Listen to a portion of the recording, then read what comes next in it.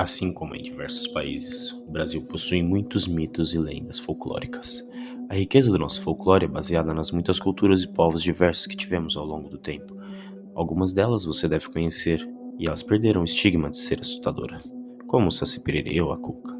Mas a verdade é que muitas delas ainda têm esse tom macabro e que pode te causar arrepios, só de imaginar uma situação de encontro com uma criatura dessa. Nesse vídeo eu vou trazer algumas das lendas mais assustadoras que existem em Solo Tupiniquim. Eu sou o Copa e eu espero que vocês gostem do vídeo. Boitatá. Começando mais tranquilo, temos o Boitatá, uma serpente gigante de fogo, com vários olhos que também saem fogo. Essa criatura assustadora é protetora dos campos e gramados contra incêndios criminosos. Essa serpente de fogo também consegue se transformar em um toco em chamas, para matar quem promove a destruição e queimada dos gramados e campos. O primeiro registro que temos dessa lenda, além da tradição oral dos nativos, se dá em 31 de maio de 1560, em um relato escrito pelo padre jesuíta José de Anchieta, que conta como os indígenas relatavam um fantasma que protegia os campos com um facho cintilante que os matava. Essa lenda possui diversas variações por todo o território brasileiro. O nome Boitatá é o mais conhecido hoje em dia, mas esse é o nome mais tradicional no sul do país. No norte e nordeste, por muito tempo foi conhecido como Batatão, além das variações físicas como em Santa Catarina, em que na verdade é um touro com um olho gigantesco na testa. Boiuná. Aproveitando o gancho da serpente, nossa próxima lenda é uma cobra, ou melhor, a cobra grande. Também conhecida como Boiuná, é uma criatura muito famosa no nosso folclore. Se trata de uma serpente gigantesca que habita as águas do rio Amazonas e mata diversos animais e afunda as embarcações que por ali passam. Sua morada é chamada de Boiaçuquará, a casa da grande serpente, e ela é descrita como uma serpente negra de escamas tão brilhantes que refletem a luz do luar. Ela serpenteia silenciosamente sobre as águas profundas do rio Amazonas, tem olhos que irradiam uma luz muito forte, que hipnotiza os pescadores e viajantes, fazendo com que eles achem que são outras embarcações iluminadas. Porém, ao se aproximar da luz, descobrem da pior forma do que realmente se trata: uma gigantesca serpente faminta. Assim como o Boitatá, o Boiuná também consegue se transformar, mas nesse caso a serpente se transforma em barcos, navios e até cachoeiras para enganar suas vítimas. Assim que se aproximam da serpente gigante, ela começa com seus rápidos movimentos, que formam ondas gigantes e redemoinhos tão poderosos que seu som lembra um motor de embarcação a vapor. Porém, a lenda do Boiuná vai além da criatura monstruosa. Em uma das histórias mais contadas pelos povos amazônicos, ela aparece como uma figura divina, ligada à criação da noite. A lenda conta que a serpente teve uma união com uma indígena.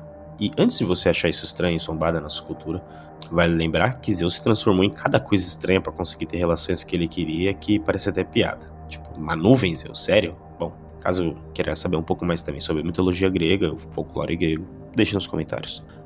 Seguindo nossa lenda, dessa união entre a indígena e a serpente nasceram duas crianças cobra, Honorato e Maria. Lançados ao rio pela mãe, sobreviveram como serpentes gigantes.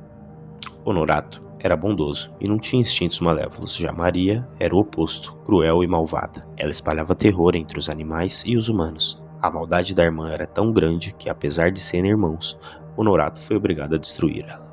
Essa lenda é registrada em diversas localidades do Brasil, uma delas em Parintins, Amazonas. De acordo com a lenda local, a cobra grande está adormecida há milênios nas profundezas da cidade, e seu despertar faria com que Parintins afundasse.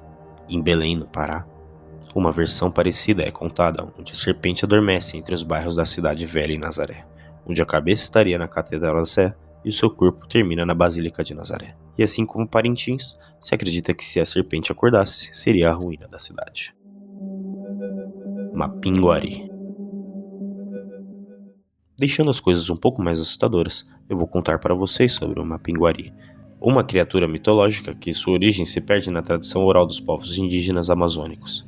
Uma das versões conta que a criatura surgiu da metamorfose de um caçador ou lenhador que desrespeitou a floresta e destruiu o meio ambiente, e como punição foi transformado nessa criatura. Outra versão conta que ele era um pajé que descobriu o segredo da imortalidade e, como castigo, foi condenado a viver eternamente como um ser horrível e fétido. E falando em odor, os relatos dessa criatura contam como é insuportável o fedor que ela exala. E ainda nem falamos de sua aparência. Um ser mitológico humanoide, coberto por pelos tão duros que seriam a prova de bala.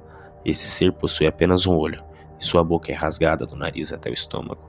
Seus pés são virados para trás assim como o do Curupira, e suas mãos têm garras gigantes. Essa é a descrição dessa criatura mitológica que protege as florestas, e é considerado por muitos como o maior inimigo do homem, devido ao seu apetite insaciável.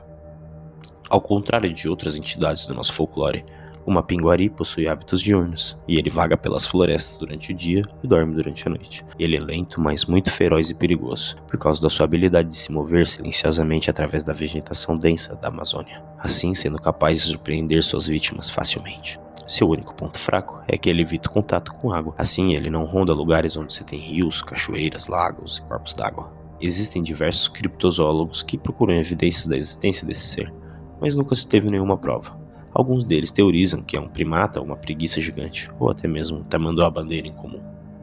Passado de geração a geração, essa lenda é muito importante para os povos originários da Amazônia, hoje sendo associada a um grande símbolo de resistência cultural e também é vista como um alerta sobre os perigos e as consequências da exploração desenfreada de recursos naturais, destacando a importância da preservação ambiental. Labatute. Conhecido na região da Chapada do Apodi, na divisa entre o Ceará e o Rio Grande do Norte, o Labatute é uma criatura humanoide e, assim como o Mapinguari, também possui apenas um olho centralizado no rosto e com uma boca enorme, porém, na cabeça.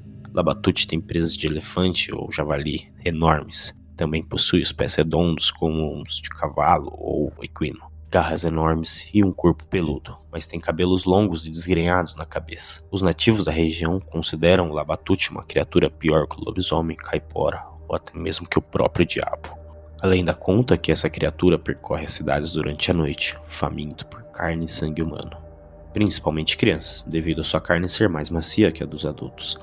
Quando o Labatute se aproxima, junto do seu caminhar uma ventania enorme o acompanha. Ele percorre todos os lugares atento a tudo. Qualquer mero sussurro pode ser o suficiente para que ele te ouça. A origem dessa lenda é diferente das anteriores e muito mais triste. A figura dessa criatura se originou das terríveis lembranças que os nativos da região tinham da atuação do general francês Pedro Labatute, que esteve no Ceará entre junho de 1832 e abril de 1833, reprimindo os revoltosos contra a unificação do país durante as guerras da independência do Brasil. O Papa Figo. Com uma aparência assustadora, o Papa Figo, ou Homem do Saco, é uma lenda conhecida pelo Brasil inteiro, com algumas variações do nome, como Papa Figo, Homem do Saco ou Velho do Saco. Algumas vezes visto com ou sem o seu saco, mas sempre um velho alto, corcunda, moribundo. No lugar de suas unhas são garras enormes, como as unhas de uma ave de rapina.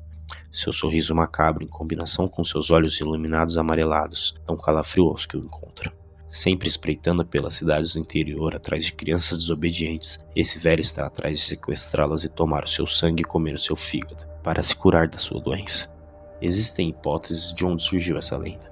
Uma delas é por conta das pessoas que sofriam com lepra, ou doença de Chagas. Ambas enfermidades causam inchaço no fígado, daí vem o nome Papa Fígado.